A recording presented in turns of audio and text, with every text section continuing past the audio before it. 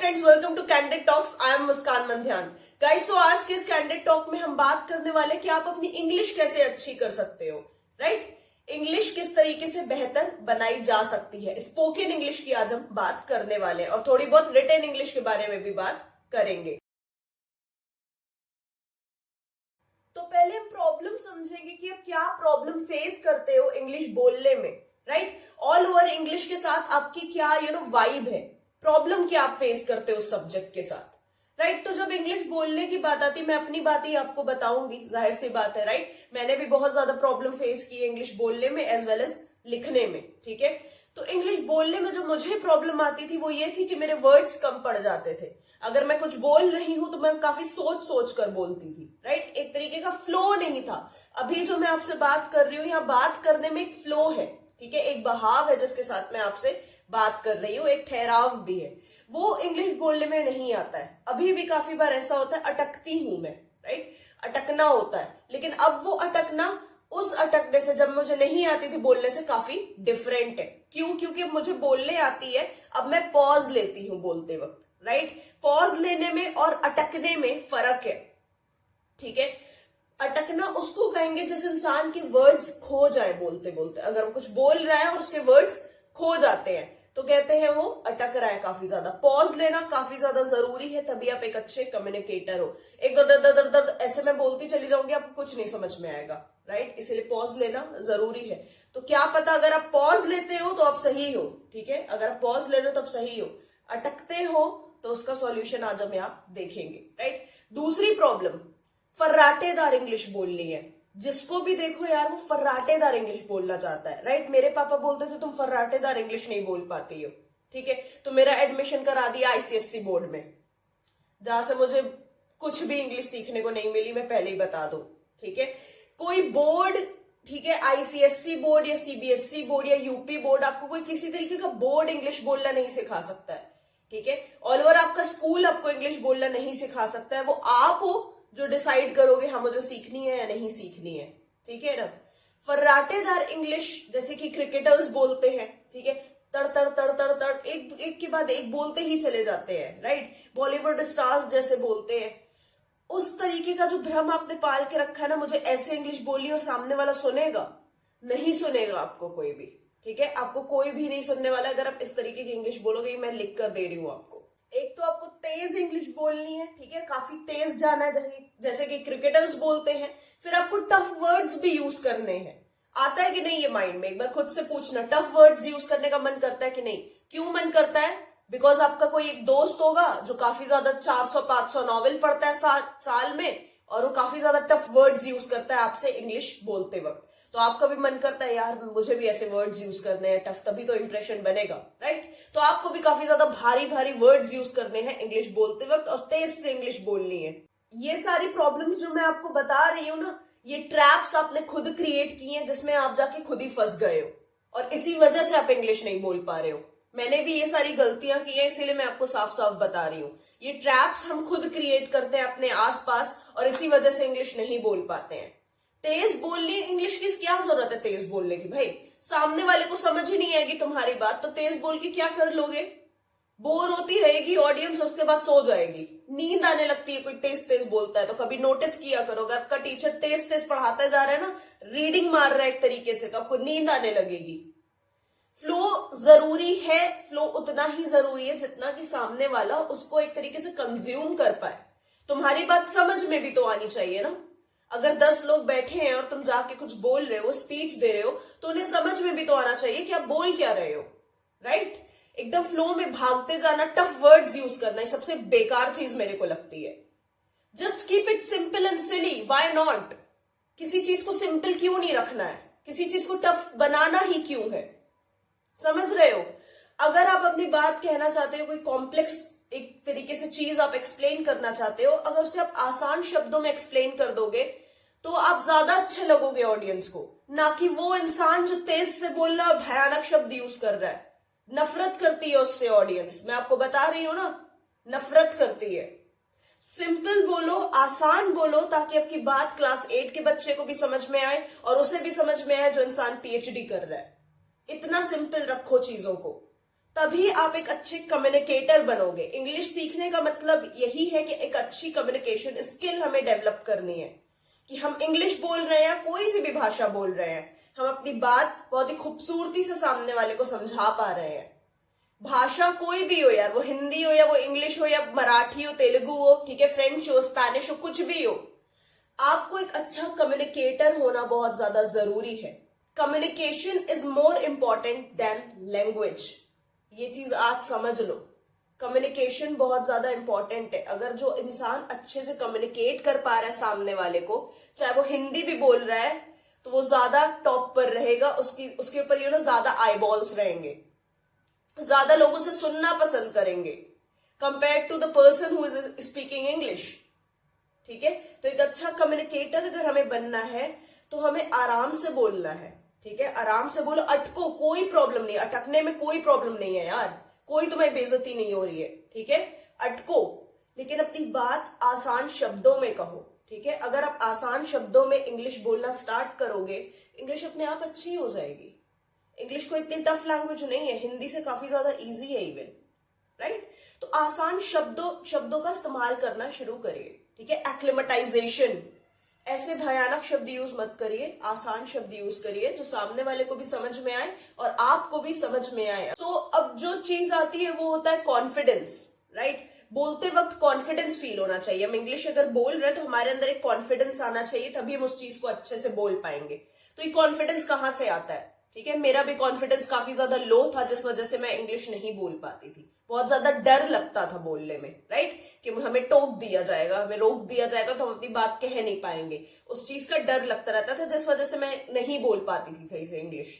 ठीक है, तो ये कॉन्फिडेंस मेरे अंदर कैसे आया? वही चीज है, सिंपल चीजों का यूज करते, सिंपल सेंटेंसेस का यूज करके। ठीक है, मैंने कोई भारी सेंटेंसेस यूज करना स्टार्ट नहीं किया, मैंने सिंपल सेंटेंसेस को पकड़ा और उन्हें बोलने की कोशिश की, राइट। जैसे जैसे मैं सिंपल सेंटेंसेस बोलना स्टार्ट करने लगी, सिंपल वर्ड्स सीखना शुरू करने लगी और उन वर्ड्स से सेंटेंसेस बनाना स्टार्ट करने लगी, जर्नी अपने आप स्मूथ होती गई। ठीक है, रेगुलर फिर मैं इंग्लिश बोलती थी क्योंकि अब मुझे मजा आने लगा था इंग्लिश बोलने में। मैंने सोचा अब इतनी टफ है ही नहीं, जब सिंपल वर्ड्स मैं यूज कर रही हूँ, सिंपल सेंटेंसेस का यूज करके बोल रही हूँ, तो कुछ भी टफ है ही नहीं, तो रुकना क्यों, फिर इंग्लिश में ही बात करते हैं, है ना। तो इस तरीके से मेरा फ्लो बना इंग्लिश के साथ, इस तरीके से मेरी फ्रेंडशिप हुई इस सब्जेक्ट के साथ, जब मैंने इसको सिंपल वे में देखना शुरू किया। ठीक है, ऐसे दुनिया एक कॉम्प्लेक्स वे में मुझे दिखा रही थी, मेरा स्कूल जो था ऐसे कॉम्प्लेक्स बनाता जा रहा था। मैंने उस चीज को हटाया साइड से और मैंने कहा भाई मैं पहले सिंपल से पकड़ूंगी, मेरे से कॉम्प्लेक्स नहीं हो रहा है। उसकी भी मैं स्टोरी बताती हूँ, क्यों मैंने सिंपल पढ़ना स्टार्ट किया, क्या हुआ था इसके पहले। सो मेरी भी इंग्लिश कुछ खास अच्छी नहीं थी, इसलिए मेरे टीचर्स ने मुझे सजेस्ट किया था कि आप इंग्लिश न्यूज़पेपर्स पढ़ो और जो टफ वर्ड्स हैं उसे नोट डाउन करो एक डायरी में, राइट। मैंने वो किया, उससे मेरी इंग्लिश तो अच्छी नहीं हुई, लेकिन हाँ मैंने अपनी एक डिक्शनरी जरूर बना ली, राइट। तो आपको मैं सजेस्ट करूंगी प्लीज ये डिक्शनरी आप मत बनाइए। ठीक है, थोड़ा स्मार्टली सोचिए। नॉवेल पढ़ना अगर आपको अच्छा लगता है तो बात और है, आप पढ़ सकते हो, लेकिन फिर वही बात है, हम यहाँ पर उन लोगों की बात कर रहे हैं जिनकी अच्छी नहीं है। ठीक है, अगर अच्छी होती तो सच में भी नॉवेल्स काफी ज्यादा पढ़ रहे होते, लेकिन जिनकी अच्छी नहीं है उनकी बात हो रही है। ठीक है, अगर आपको नॉवेल पढ़ना पसंद है आप बेशक पढ़ सकते हो, उससे तो काफी ज्यादा अच्छी होती है यार, रीडिंग से बेहतर और क्या होगा, है कि नहीं। मुझे पर्सनली यहाँ पे सुनना ज्यादा पसंद है। ठीक है, मैं सुनने वाली लड़की हूं, मुझे सुनना ज्यादा पसंद है, इसलिए मैंने ये न्यूज़पेपर वाली गलती कर दी थी, तो इसे मैंने साइड किया। मैंने पकड़ा पॉडकास्ट को, इंग्लिश पॉडकास्ट को, राइट, इंग्लिश सॉन्ग्स को, इंग्लिश मूवीज को। ठीक है, मैंने जब पॉडकास्ट सुनना शुरू किया तो उससे पता है क्या क्या हुआ, मेरी पर्सनैलिटी ऑल ओवर डेवलप करना शुरू हो गई। ठीक है, मेरी पर्सनैलिटी में चेंज आना शुरू हो गया। क्यों? क्योंकि पॉडकास्ट में काफी सारे जॉनराज रहते हैं। ठीक है, जैसे नॉवेल्स में अलग अलग जॉनराज रहते हैं, अलग अलग कैटेगरीज रहती हैं, आप जो पढ़ना चाहो, रोमांटिक या किसी भी तरीके की, हॉरर। ठीक है, उसी तरीके से पॉडकास्ट में भी आपको काफी सारी नॉलेज कंज्यूम करने को मिलती है। पहली चीज तो दो लोग बात कर रहे हैं, राइट, वो इंग्लिश में बात कर रहे हैं, तुम उनके वे ऑफ कम्युनिकेशन देख सकते हो कि सामने वाला कैसे कम्युनिकेट कर रहा है, दूसरा वाला सुनकर उसको कैसे आंसर कर रहा है, राइट, तुम अच्छे से ऑब्जर्व कर सकते हो वहां पे। ये चीज नॉवेल में आपको नहीं मिलेगी। क्यों नहीं मिलेगी? बिकॉज वहां सिर्फ आप रीड कर रहे हो, यहां आप एक्चुअल में चीजों को सुन रहे हो, वो अंदर जा रही है टोटली। ठीक है। तो जब अब ये होता है ना, तो इससे दो चीजें होती है। एक तो मैं क्या करती थी, मैं एक डायरी बना ली थी अपनी, और पॉडकास्ट में ना काफी ज्यादा नॉलेजेबल कंटेंट रहता है, तो कुछ अच्छा लगता था तो उसे मैं नोट डाउन कर लेती थी। कोई चीज जो काफी अच्छी है, जो फ्यूचर में मुझे काम आ सकती है, उसे मैं नोट डाउन कर लेती थी। ठीक है, आप अपनी पढ़ाई से रिलेटेड भी पॉडकास्ट सुन सकते हो। फिर और दूसरा तो इंग्लिश भी मेरी अच्छी हो ही रही थी साइड बाय साइड। ठीक है, तो अब यहाँ पे पॉडकास्ट देखकर मुझे पता चला यार ये लोग वो इंग्लिश नहीं यूज कर रहे हैं जो मेरे स्कूल में सिखाई गई है। ये लोग काफी सिंपल इंग्लिश यूज कर रहे हैं, राइट। अगर फॉरेन पॉडकास्ट भी सुनोगे, जो बाहर की कंट्री के पॉडकास्ट होते हैं, उन लोग भी काफी सिंपल इंग्लिश यूज करते हैं। क्यों? क्योंकि उन्हें पता है जो ऑडियंस है, अगर उस तक मुझे अपनी बात पहुंचानी है, उन तक मुझे अपनी बात सही से पहुंचानी है, उन्हें समझाना है कि हम क्या बात कर रहे हैं, तो हमें सिंपल ही रखना होगा। और यही चीज मैं आपसे कह रही हूं, अगर आपको अपनी बात पहुंचानी है ना काफी ज्यादा लोगों तक, इंपैक्ट क्रिएट करना है अगर अपनी बात से, अपनी इंग्लिश से, please start speaking simple English. Simple sentences को यूज करना शुरू कर दीजिए। ठीक है, तभी आप एक इन्फ्लुएंस बना पाओगे। तो जब ये होने लगा, मैं पॉडकास्ट सुनती रही और मैंने लिखना भी स्टार्ट कर दिया कि क्या पॉडकास्ट से मैंने सीखा, मैं उसकी एक समरी भी लिख देती थी। इससे मेरी रिटन इंग्लिश भी काफी ज्यादा इंप्रूव होना स्टार्ट हो गई, सेंटेंस मेकिंग भी मेरा स्ट्रांग होना स्टार्ट हो गया। और जहां पे डिस्कशन चल रहा होता था, 2-3 लोग बात कर रहे होते थे, वहां पर मेरे पास कंटेंट था बोलने के लिए, राइट। जहां 2-3 लोगों के पास जब मैं जाती थी तो मेरे पास एक वक्त पे कंटेंट नहीं रहता था, यार ये लोग इंग्लिश में बात कर रहे, मैं क्या बोलूं, मूवीज की बात कर रहे, मैं क्या बोलूं।